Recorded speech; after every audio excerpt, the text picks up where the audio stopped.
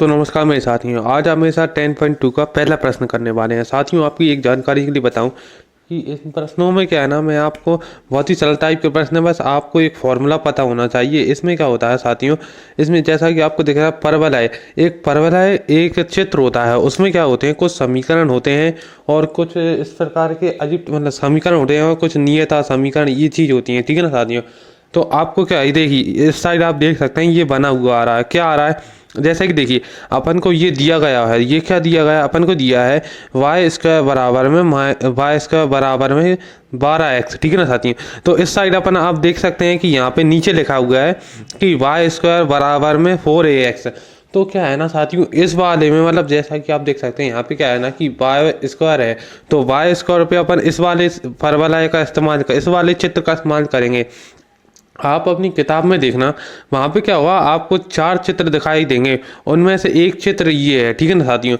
और इसी का अपन इसमें इस्तेमाल करेंगे। इसका इस्तेमाल क्यों करेंगे, क्योंकि आप यहाँ पे देख सकते हैं कि इसमें कौन सा वाला वो है, मतलब कौन से वाले के रूप में लिख सकते हैं अपन। यहाँ पे देखिए, पहले अपन देखिए, मैंने प्रोसेसिंग थोड़ी शुरू कर दी है, आप ज़रा देखना ध्यान से। क्या था कि इसको समीकरण 1 मान दिया।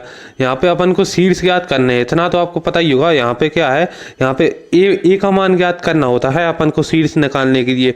तो अपन ने ए का मान ज्ञात किया, कैसे किया, यहाँ पे लिखते हैं समीकरण 1 की तुलना इससे करने पर जो समीकरण दिया गया है, इसमें क्या होगा साथियों कि देखिए, मैंने लिखा वह 4 माइनस में ax बराबर में 12x। अब आप देख सकते हैं अपन को ए का मान चाहिए, तो मैंने क्या किया, 4x को नीचे ले आया और इनको इनसे काट दिया, तो आंसर आ गया 3।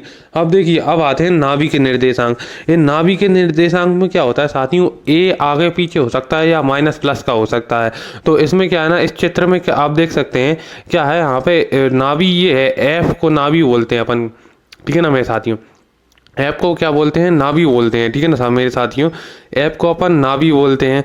तो यहाँ पे क्या है, ऐप का मान कितना आ रहा है, 3y0 आ रहा है, ऐप का मान इतना है। और यहाँ पे है परवलय का अक्ष।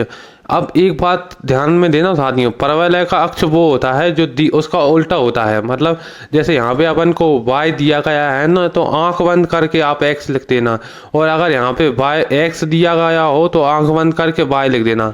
अक्ष सिर्फ 2 ही होते हैं, या तो x होगा या y होगा, मतलब जो दिया है ना उसका उल्टा ही अपन को उसका परवलय का अक्ष होता है। ठीक है ना मेरे साथियों, उम्मीद है आप समझ गए होंगे।